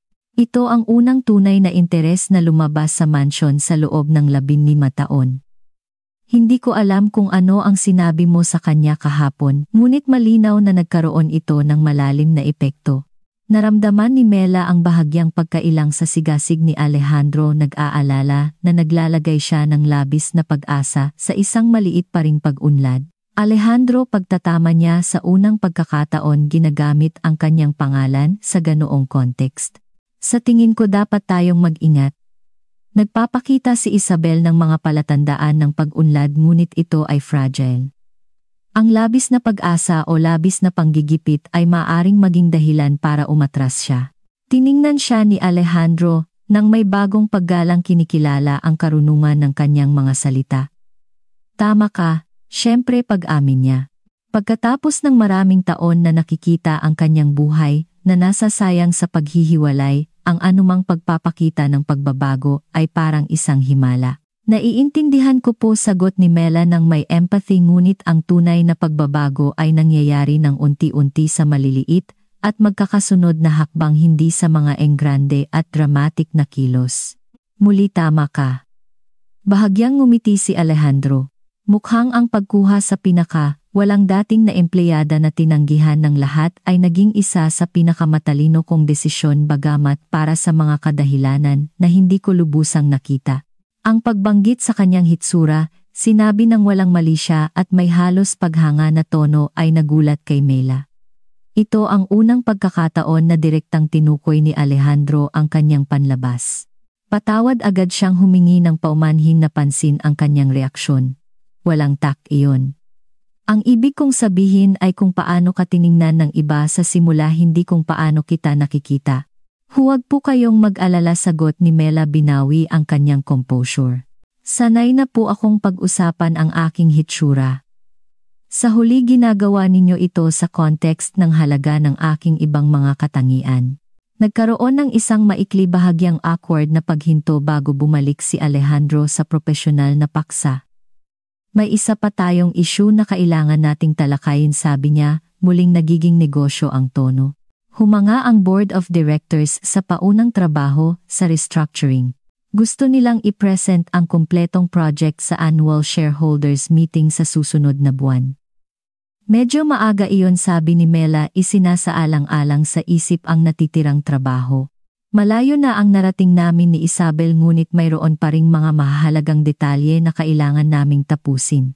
Alam ko, pag-amin ni Alejandro. Kaya gusto ko munang kumonsulta sa iyo. Kung sa tingin mo ay hindi realistic ang deadline, maaari kong subukang makipagnegosasyon para sa extension. Nag-isip si Mela, tinatasa ang parehong profesional na hamon at ang posibleng epekto kay Isabel. Sa tingin ko kaya namin, sabi niya sa wakas, ngunit mangangailangan ito ng pagpapalakas ng aming mga working session. At marahil ay oras na upang mag-alok kay Isabel na pumunta sa opisina, hindi lamang para sa isang maikling pagbisita, kundi para sa ilang working meeting dito. Tiningnan siya ni Alejandro ng may pagkagulat at interes.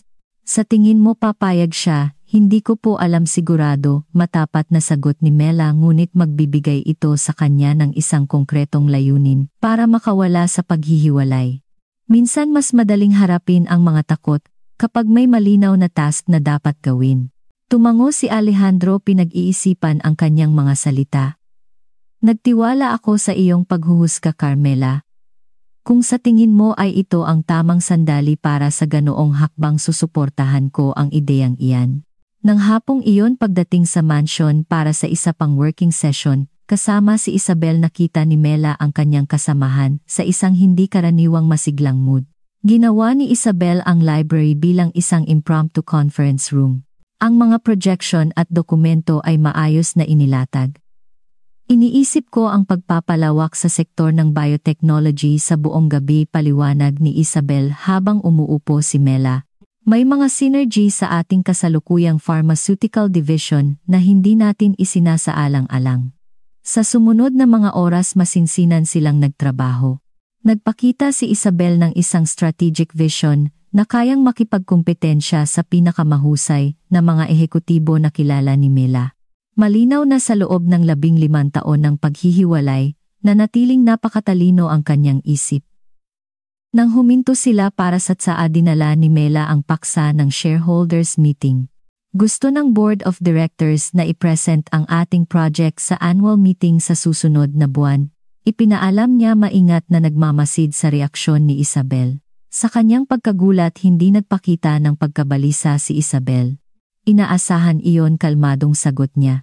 Ang restructuring na inaalok namin ay maaaring magpataas ng halaga ng kumpanya nang hindi bababa sa 15%. Gugustuhin ng mga shareholder na malaman ang mga detalye bago matapos ang quarter. Hinangaan ni Mela ang katumpakan ng kanyang analysis at ang pagiging natural kung paano siya nag-uusap tungkol sa negosyo na tila hindi siya kailanman lumayo. Ang problema maingat na patuloy ni Mela kailangan nating pabilisin ang bilis ng trabaho para makasunod sa deadline na iyan. Tiningnan siya ni Isabel ng diretsyo. Isang bahagyang ngiti ang lumitaw sa kanyang mga labi. Iniisip mo na kailangan kong pumunta sa opisina hindi ba? Iyon ang magiging pinaka-epektibo pag-amin ni Mela. Ngunit lubos kong naiintindihan kung hindi ka pa handa para sa ideyang iyan. Nanahimik si Isabel sandali nakatingin sa kanyang tasa ng tsaa.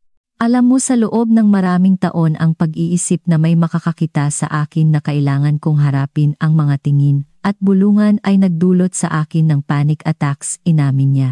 Literal na hindi ako makahinga sa pag-iisip na iyon. Nauunawa ang tumango si Mela. Ngunit kaninang umaga pagkatapos ng conversation natin kahapon ginawa ko ang isang bagay na hindi ko ginawa sa loob ng 15 taon patuloy ni Isabel. Umupo ako sa harap ng salamin at tiningnan ko ang sarili ko. Talagang tiningnan hindi iniiwasan ang tingin hindi sinisikap na itago ang mga peklat. Ang kanyang boses ay bahagyang nanginginig ngunit nanatili siyang matatag. Naintindihan ko ang isang bagay. Hindi na ako ang sira-sirang kambal ni Elena. Ako si Isabel Salazar, isang 52 taong gulang na babae na nag-aksaya ng 15 taon ng kanyang buhay dahil sa takot. 15 taon na hindi ko na maibabalik. Naramdaman ni Mela ang bukol sa kanyang lalamunan ngunit nanatili siyang tahimik hinahayaan si Isabel na ipahayag ang kailangan niyang sabihin. Hindi ko na kayang patuloy na mag-aksaya ng oras pagtatapos ni Isabel nang may determinasyon na nagulat kay Mela, kaya oo sa opisina. Hindi lamang para sa isang maikling pagbisita, kundi para seryosong magtrabaho sa project na ito. Oras na para bumalik si Isabel Salazar sa mundo.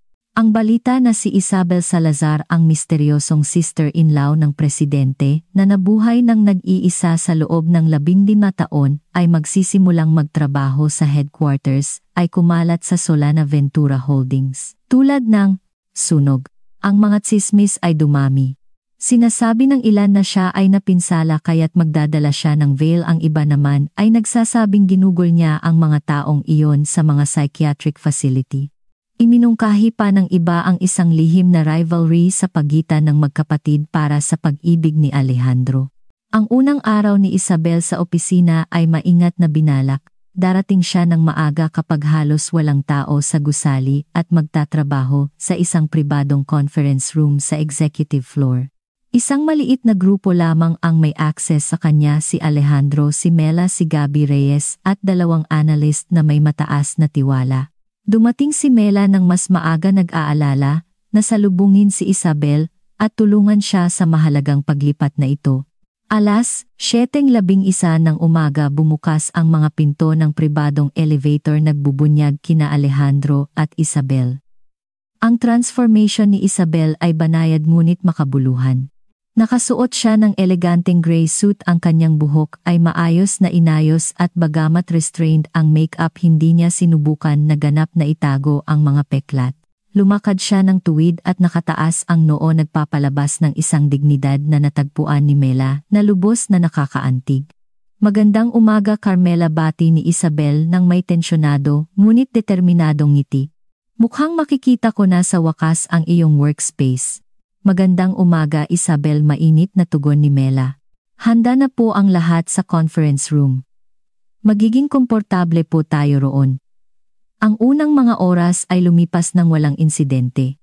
Mabilis na umangkop si Isabel sa work rhythm ng opisina, nagpapakita ng isang nakakagulat na kakayahang sumipsip ng impormasyon at mag-alok ng mga makabagong solusyon. Pagsapit ng kalagitnaan ng umaga nang dumating ang oras para sa meeting kasama ang mga analyst, napansin ni Mela na naging tensyonado si Isabel. Ayos ka lang po ba, tahimik na tanong niya. Opo, sagot ni Isabel, huminga ng malalim. Kailangan ko lang ng isang sandali. Ito ang unang pagkakataon sa loob ng 15 taon na opisyal akong ipakikilala sa mga estranghero. Tandaan mo, sila ay mga profesional na pinili para sa kanilang pagiging discreet at competence, pinanatag siya ni Mela. Ang iyong napakatalinong isip ang magiging interesado sa kanila, hindi ang iyong hitsura. Tumango si Isabel, binawi ang kanyang composure. Tama ka. Tara na. Sa kaluwagan ng lahat nagtagumpay ang meeting. Ang mga analyst na sandaling nagulat sa hitsura ni Isabel ay mabilis na nabighani sa kanyang talino at strategic vision, sumisid sa trabaho ng may sigasig. Si Isabel naman tila namulaklak sa harap ng intellectual challenge, pansamantalang nakalimutan ang kanyang mga insecurity.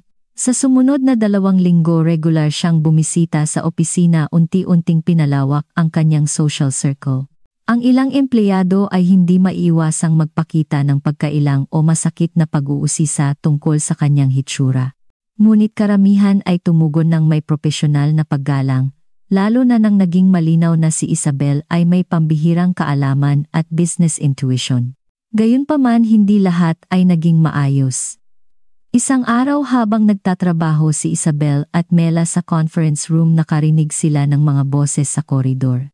Nakita mo ba ang sister-in-law ni Salazar? Bulong ng isang boses ng lalaki na hindi maayos na tinago. Ngayon naiintindihan ko na kung bakit niya siya kinulong sa lahat ng taong ito. Para siyang isang karakter sa horror movie. Huwag kang masyadong maingay, sagot ng isa pang boses. Sabi nila nagtatrabaho siya sa isang mahalagang project. Sa personal, sa tingin ko ito ay isang kilos ng charity mula kay Salazar. Ano pa ang paliwanag para magdala ng ganoong tao rito? Tiningnan ni Mela si Isabel na kapansin-pansing namutla, ngunit pinanatili ang isang kontroladong ekspresyon. Gusto mo bang magpahinga? Maingat na tanong ni Mela, sinisikap na ilihis ang kanyang isip. Ilang oras na tayong nagtatrabaho nang walang tigil. Hindi, sagot ni Isabel nang may nakababahalang katahimikan. Magpatuloy tayo. Kailangan nating tapusin ang seksyong ito ngayon.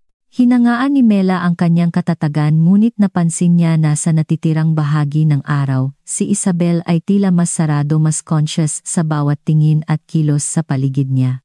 Nang hapong iyon, nang sumama si Alejandro sa kanila upang talakayin ang pag-unlad, kaswal na sinabi ni Isabel, sa tingin ko, tatapusin ko ang final analysis sa bahay. Mas magiging epektibo iyon. Nagpalitan ng tingin sina Alejandro at Mela. Sigurado ka ba? Maingat na tanong ni Alejandro. Ang galing mo rito. Lubos na sigurado, sagot ni Isabel nang may ngiti na hindi umabot sa kanyang mga mata. Ito ay isang bagay lamang ng practicality. Pagkatapos niyang umalis, lumingon si Alejandro kay Mela. Ano ang nangyari? Diretsong tanong niya. Umuunlad siya. Nag-atubili si Mela, ayaw niyang ulitin ang malupit na komento, ngunit nauunawaan na kailangang malaman ni Alejandro ang totoo. Narinig niya ang mga empleyado na nag-uusap tungkol sa kanya sa koridor. Sa wakas ay paliwanag niya.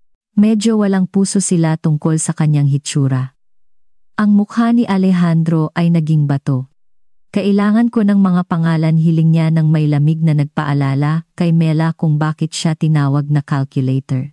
Ang ganitong pag-uugali ay hindi katanggap-tanggap sa aking kumpanya.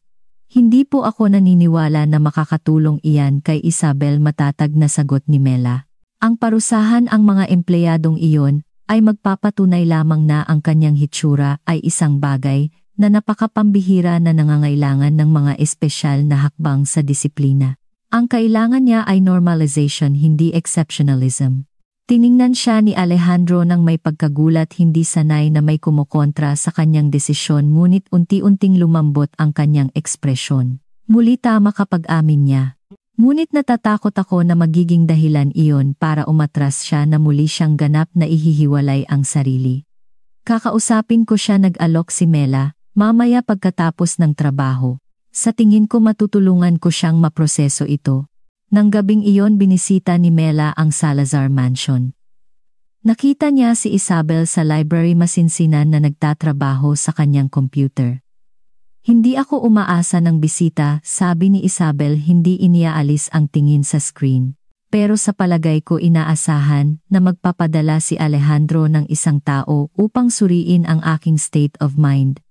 Hindi ako ipinadala ni Alejandro, sagot ni Mela umuupo sa tapat niya.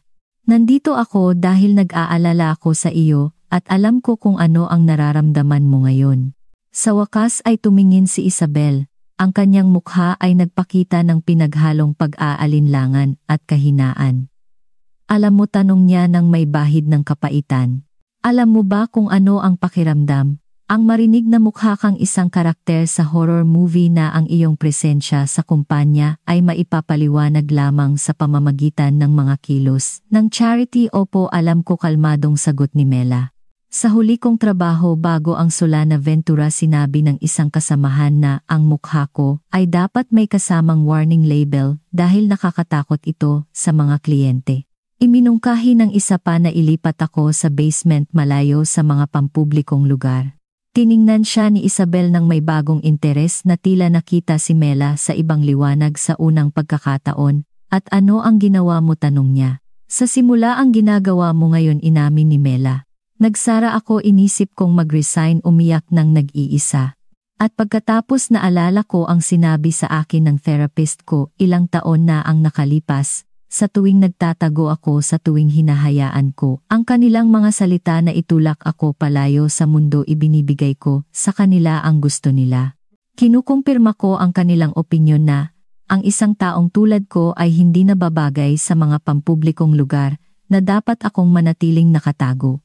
Pinag-isipan ni Isabel ang mga salitang ito. Kaya bumalik ako kinabukasan, patuloy ni Mela.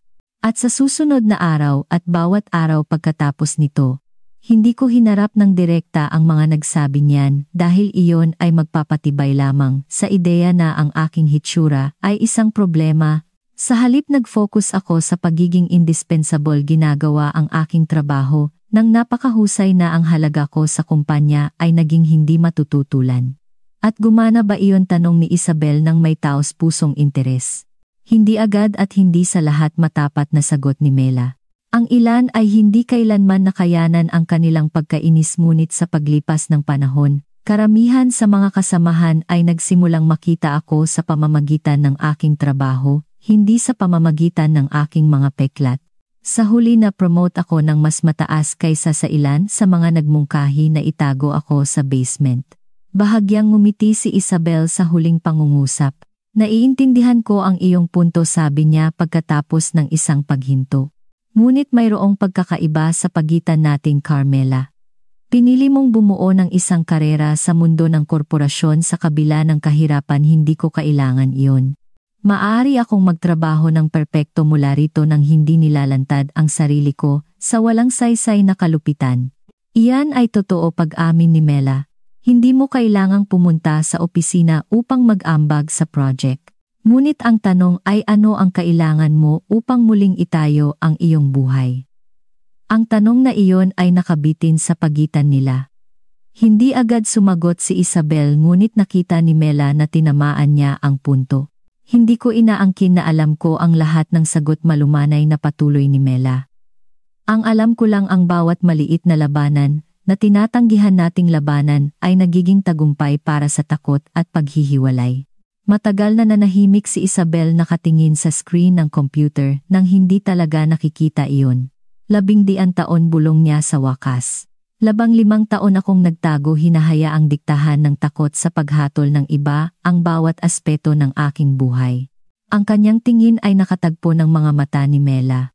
Alam mo ba kung ano ang pinaka-ironic? Sobrang madidismaya sa akin si Elena.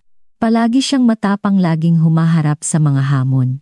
Hindi pa huli upang baguhin iyon, malumanay na tugon ni Mela. Hindi siguro, hindi. Huminga ng malalim si Isabel. Pupunta ako sa opisina bukas at sa susunod na araw at patuloy akong pupunta hanggang sa matapos natin ang project na ito. Hindi dahil kailangan kong naroroon, kundi dahil kailangan kong patunayan sa sarili ko na kaya ko. Naramdaman ni Mela ang isang alon ng pagmamalaki at paghanga para sa babaeng ito na pagkatapos ng 12 taon ng paghihiwalay ay nakakita ng lakas ng loob na harapin ang kanyang pinakamalalim na takot. Wala sa kanila ang nakakaalam sa sandaling iyon na ang tunay na pagsubok ay magsisimula pa lamang. Ang restructuring project na kanilang ginagawa ay nagbabanta sa mga makapangyarihang interes sa loob ng kumpanya, mga interes na hindi titigil sa anumang bagay, kasama na ang paggamit sa kahinaan ni Isabel upang protektahan ang kanilang mga posisyon. Ang presentation sa Board of Directors ay naka-schedule para sa 10:00 ng umaga.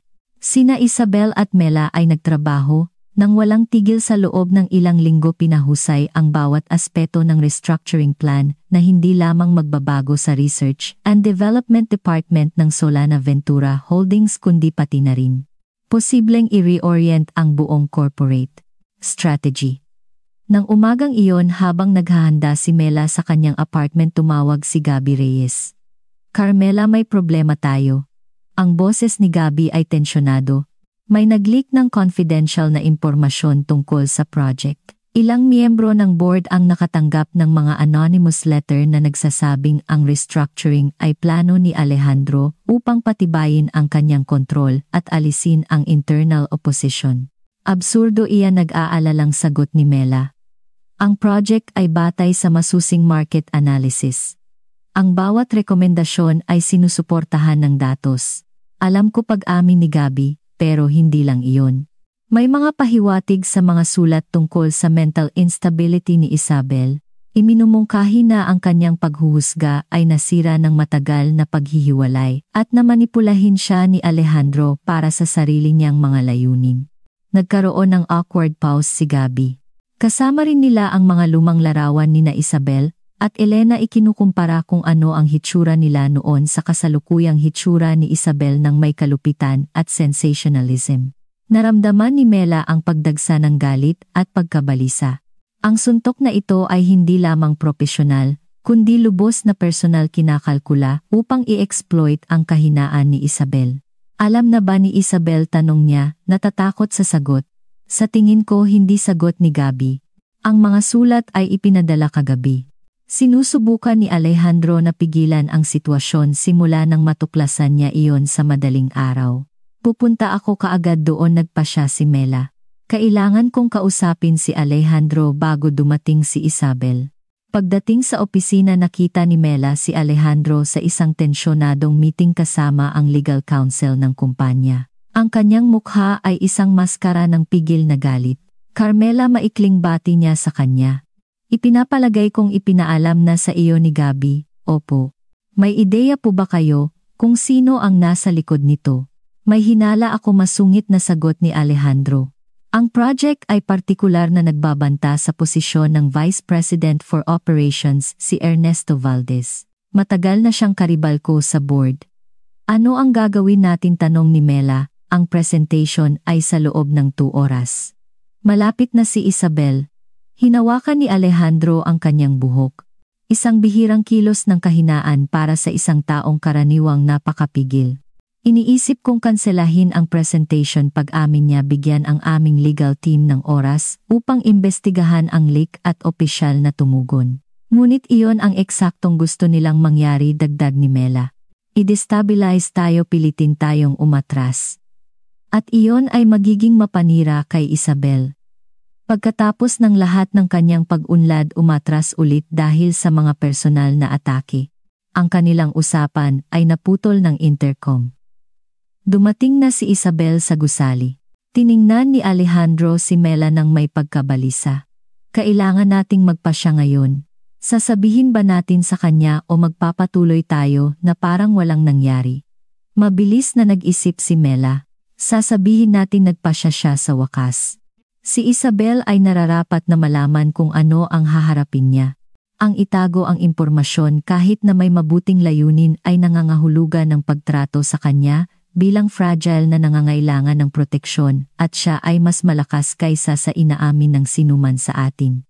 Tumango si Alejandro, kinikilala ang karunungan ng kanyang mga salita. Nang pumasok si Isabel nagniningning sa isang eleganteng blue suit na may tiwala na hindi maiisip ilang linggo pa lang ang nakalipas inihahatid siya sa pribadong opisina ni Alejandro. Ipinaliwanag nila ang sitwasyon ng may kahinahunan ngunit nang walang pagpapaganda sa katotohanan. Tahimik na nakinig si Isabel. Ang kanyang ekspresyon ay lumipat mula sa unang shock patungo sa sakit at sa wakas sa isang nakababahalang katahimikan. Ipakita ninyo sa akin ang mga sulat hiling niya nang matapos sila. Isabel, sa tingin ko hindi iyon kinakailangan simula ni Alejandro. Kailangan ko itong makita, matatag na giit niya. Kung haharapin ko ito kailangan kong malaman kung ano talaga ang sinabi nila. Nang walang pag-aatubili ipinakita sa kanya ni Alejandro ang mga printout ng mga sulat. Maingat na binasa ni Isabel ang mga ito, kasama ang mga malupit na komento tungkol sa kanyang hitsura at ang mga pahiwatig tungkol sa kanyang mental health. Nang marating niya ang mga comparative photograph, napansin ni Mela na bahagyang nanginginig ang kanyang mga kamay ngunit ang kanyang mukha ay nanatiling walang ekspresyon. Sa wakas tumingin si Isabel. Ang kanselahin ang presentation ay hindi isang opsyon, deklara niya nang may katahimikan na nagulat sa kanilang dalawa. Ang project na ito ay resulta ng buwan ng masusing trabaho. Ito ay matatag, makabago at eksakto kung ano ang kailangan ng Solana Ventura para sa susunod na yugto ng paglago. Tumigil siya, huminga ng malalim. Tungkol naman sa mga personal na atake na ito, patuloy niya itinuro ang mga sulat ito ang eksaktong kalupitan na kinatakutan ko sa loob ng 15 taon. Ang kalupitan na nagkulong sa akin sa mansyon na iyon na nag-aksaya sa aking buhay. Ang kanyang mga mata ay nakatagpo ng mga mata ni Mela. May lumabas na koneksyon ng pag-unawa sa pagitan nila, ngunit may itinuro sa akin si Carmela na isang bagay na mahalaga. Sa tuwing nagtatago ako, sa tuwing hinahayaan ko ang takot na kontrolin ang aking mga desisyon, ibinibigay ko sa kalupitang ito ang eksaktong gusto nito. Tumayo siya ng may bagong determinasyon. Hindi lang natin itutuloy ang presentation tulad ng binalak anunsyo niya, kundi ako mismo ang magpapatuloy nito. Ano, bulalas ni Alejandro, malinaw na nagulat. Ipapahamak mo ang sarili mo. Malumanay ngunit matatag na pinutol siya ni Isabel. Iyan ang eksaktong kailangan kong gawin, hindi lang para sa project o sa kumpanya kundi para sa sarili ko. Tiningnan niya si Mela, humihingi ng suporta. Tama ka, kumpirma ni Mela ng may tiwala.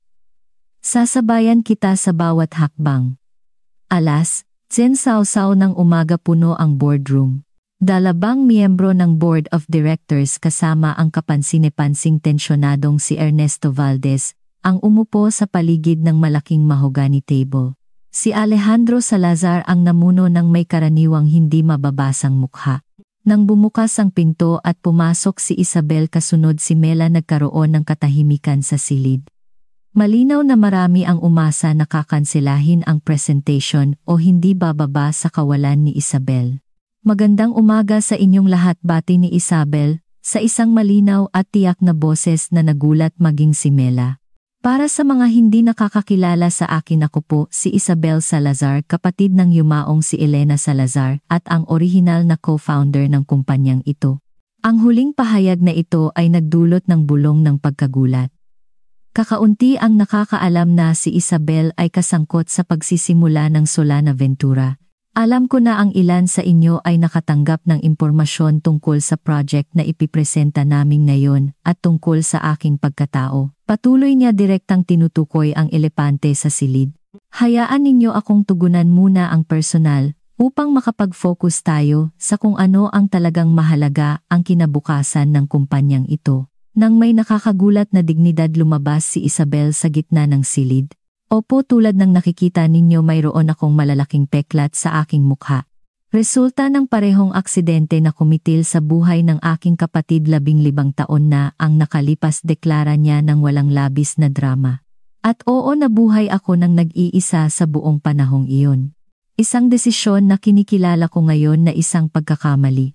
Ang takot sa paghatol at kalupitan ang nagkulong sa akin ng mas epektibo kaysa sa anumang pisikal na kulungan. Tumigil siya, sinuri ang bawat isa na naroroon. Tungkol naman sa mga pahiwatig tungkol sa aking mental instability o kakayahang mag-ambag sa kumpanyang ito, Hinihiling ko sa inyo na husgahan ninyo ang inyong sarili batay sa trabaho na makikita ninyo ngayon, hindi sa mga chismis o manipulative photograph na may masasamang layunin. Hindi komportable na gumalaw si Ernesto Valdez sa kanyang upuan, iniiwasan ang direktang eye contact. Sa sumunod na oras iprinesenta ni Isabel ang restructuring plan ng may kalinawan at tiwala na hahanga maging sa isang ehekutibo na may dekada ng karanasan. Ang bawat punto ay maingat na inilarawan. Ang bawat projection ay sinuportahan ng detalyadong analysis. Paminsan-minsan ay nakikialam si Mela, nagbibigay ng karagdagang datos, ngunit malinaw na si Isabel ang lubos na nagmamay-ari ng materyal. Sa pagtatapos ng presentation, maging ang pinaka-nag-aalinlangan na miyembro ng board ay tila humanga. Ang mga sumunod na tanong ay detalyado at technical, ngunit sinagot ni Isabel ang bawat isa ng may katumpakan at tiwala.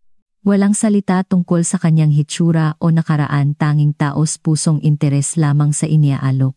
Bago magtapos sinabi ni Isabel, ngayong tapos na ang mga technical question, gusto ko pong gumawa ng isang personal na pahayag. Lahat ng tingin ay muling nakatuon sa kanya. 5 taon akong hinayaan ang takot at kahihiyan na kontrolin ang aking buhay. Ngayon, salamat sa suporta ng mga pambihirang tao, maikling tiningnan niya sina Mela at Alejandro, nagpasya ako na magtatapos na ito rito at ngayon. Ang kanyang boses ay nagkaroon ng bagong katatagan.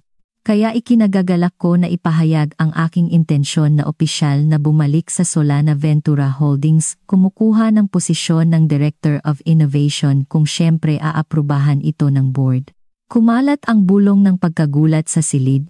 Si Alejandro, na malinaw na hindi inaasahan ang pahayag na ito, ay mukhang nagulat tulad ng iba. Ako at ang aking kapatid na si Elena ay itinatag ang kumpanyang ito sa paniniwala na ang innovation at integridad ay maaaring magsama sa mundo ng korporasyon, patuloy ni Isabel. Oras na para parangalan ang paniniwalang iyan, hindi lamang sa mga salita kundi sa mga konkretong aksyon. Nang matapos ang meeting, ang restructuring plan ay lubos na inaprubahan at sumang-ayon ang board na opisyal na ikonsidera ang pagkakatalaga ni Isabel sa susunod na meeting. Si Ernesto Valdez, nakapansine-pansing tahimik sa panahon ng pagboto, ang unang umalis sa silid. Sa koridor habang nagkakalat ang mga miyembro ng board, nakatanggap si Isabel ng mga pagbati mula sa ilang ehekutibo na ilang oras pa lang ang nakalipas ay nagbabasa ng mga sulat na nagdududa sa kanyang kakayahan at nilalait ang kanyang hitsura. Ang kabalintunaan ay hindi nakatakas kay Mela. Nang sila na lang ang natira sa boardroom, lumingon si Mela kay Isabel nang may paghanga. Iyon ay hindi ka pani-paniwala, taos-pusong sabi niya. Hindi lang ang presentation kundi ang iyong lakas ng loob. Sa tingin ko, hindi pa ako nakakita ng ganoong pagpapakita ng lakas. Ngumiti si Isabel ng isang taos-pusong ngiti na nagpapaliwanag sa kanyang mukha, na nagpaparamdam na ang mga peklat ay walang kabuluhan sa harap ng kapangyarihan ng kanyang espiritu. Salamat Carmela, tugon niya ng may init. Pero hindi ko sana ito nagawa kung wala ka. Ipinakita mo sa akin na posible na mabuhay ng may dignidad sa kabila ng mga peklat, na ang lakas ng loob ay hindi ang kawalan ng takot kundi ang desisyon na sumulong sa kabila nito. Sa sandaling iyon, pumasok si Alejandro sa silid. Ang kanyang karaniwang maskara ng business control ay nawala, na palitan ng ekspresyon ng pagmamalaki at pigil na emosyon. Isabel, sabi niya lumalapit. Wala akong masabi. Si Elena ay magiging labis na ipinagmamalaki sa iyo. Namasa ang mga mata ni Isabel sa pagbanggit sa kanyang kapatid. Alam ko, tahimik na sagot niya. Ngayon naramdaman ko na halos naroroon siya, nagpapaalala sa akin kung sino talaga ako, kung sino ako palagi sa loob. Sa kabila ng panlabas na mga peklat, lumingon si Alejandro kay Mela. Ang kanyang tingin ay puno ng pasasalamat na lampas sa mga salita. Kinuha kita, umaasa na tutulungan mo si Isabel na makahanap ng lakas ng loob na harapin muli ang mundo, inamin niya. Ngunit mas marami ka pang nagawa.